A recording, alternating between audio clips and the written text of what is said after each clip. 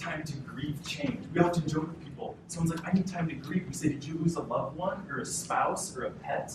No, just our software. Hey YouTube, how we doing? I am downtown Omaha here. It's been a great week. I was in Canada for a speaking engagement on Tuesday, doing RBL, and then today I have an hour luncheon with a group here in Omaha on business readiness, which is our kind of counter version to typical change management philosophy. And so just gonna be introducing some of our new research into drama and how it's on the rise, and then how we recommend to approach change and how to help people move more freely and efficiently through change without all the drama. If you guys have missed the other keynote, I'm gonna link that below, and that was the one from Canada, so check that out. Let me know what you think, and let's do this thing. Wish I could be a novelty and watch the world make a believer out of me. Wish I could sing in harmony, and I bet all the chairs would turn around for me. Showtime. Won't let it get the best of me, but the celebrity obsession is depressing me. Sometimes I feel like they're just testing me when all I want is something real. Question everything that we've been So I wanted to start with a question for all of you. And I was talking to Incredible about it, that's how he introduced himself. And I want to ask you guys, what were you guys doing in 1989? Did you figure something you were doing in 1989? Oh, yeah. When I was talking to him, he goes, that was like 30 years ago. What our organization was doing at that time, our founder, Cy Wakeman, was presenting at a conference, and her speech was about how capitalizing on change was going to need to be a core competency for people moving forward. This is in 1989. Guess what the speaker after her was speaking on? The importance of typing. Typing needs to be a core competency moving forward. And so our organization was saying, this is not only coming, it's actually here already. We need to be hiring for people that are ready. We need to be really focused on this as a core competency.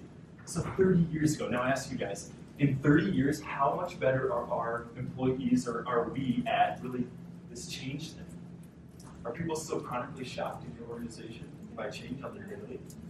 Yeah. So the bottom line is, what we found in our research is that change doesn't hurt. It's the resistance to change that hurts. If you think about it, most people that come into the emergency room, that they've fallen and broken a bone, our bodies are set up to fall. If you land right on your butt, you'll never break a bone. But what often causes the break of the bone? Resisting the fall. That's where we get these breaks. So it's this resistance to change that is causing us a lot of pain. Trying to bring the fire, guys. I don't know. It seemed like they liked it. All it was fire. Tried to.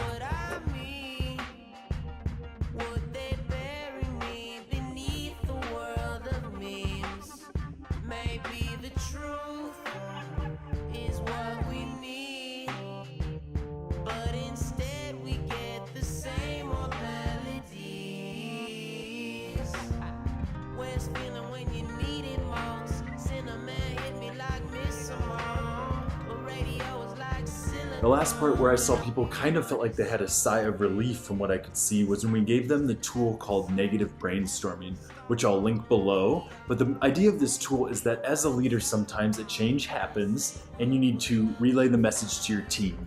And this change is necessary for the business. Like, it's where the market's saying we need to go, or it's where the research is saying we need to now follow this research, or it's a new process that's best practice. And so as a leader, you're delivering that change to your team.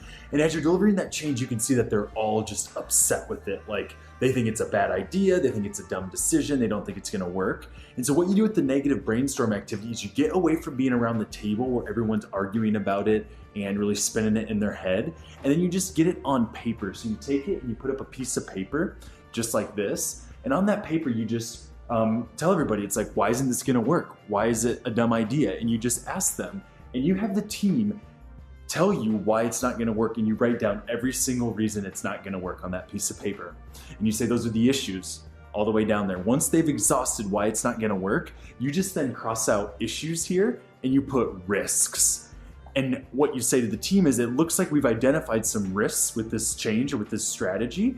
And so what we're gonna do now is we're gonna look at these risks together, and I wanna see the probability that they'll happen, high, medium, or low, and what the impact would be to the business.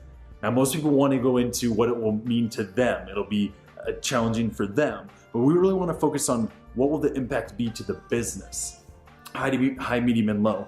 And what you'll find is as you throw it out to the group, so this issue here, what's the probability? And wait for the group consensus. They'll usually be like medium, low, they'll be close. You just take the general. Then what's the impact it would have? You just take the general. And as you do that, you go through every single one, what you'll find is a lot of things they're fearing about the change are false events appearing real. They're making up a story in their head about it. They'll be low on this negative brainstorm. So then you can just cross those off. We don't need to spend time or energy there. Then you identify the ones that come out high, and all you do as a leader, which by the way, you're now looking at it with the group, and so it's no longer you versus them, it's you together with the group trying to solve the thing on paper, which is reality. And what you do there is then say, given that these are our risks we need to mitigate, what ideas do you have? What does the group have to mitigate this risk? And have them come up with 3 ideas. And you'd be surprised how many times the group goes, you know what, I actually have an idea for that. And then you just write down those 3 ideas. And then the last step is, as a leader, all you have to do is then find someone or ask who would be willing to come up with a proposal for this, who would be willing to make a flyer for this. And then you just ask that person, can I count on you to bring that in next week? And what you did there is you just changed the whole energy of the room with a tool away from why we can't and why we shouldn't have to. You really stood up and you had the group working on it together, and then they are now starting to solve the problem, and you changed the whole energy into how we could. And so someone even said, please send that tool over immediately, because it's so powerful in managing the energy in meetings. Because when we studied it, almost all the time, most energy in meetings goes into why we can't or why we shouldn't have to. And our whole role as a leader is to manage that energy, talk about how we could. And so that tool is linked below. Check it out. It's so powerful. I guarantee it'll change what you're doing. All right, guys, that's all for today. Hope you liked really following along with that local keynote here. Some of the ideas. Let me know what you think. I'd love to know what the content's got you thinking about. Hit that like button if you like the video. Please subscribe if you haven't. I mean, come on, follow this journey. And again, leave comments below. Let's get this discussion going. And as always, let's keep ditching the drama.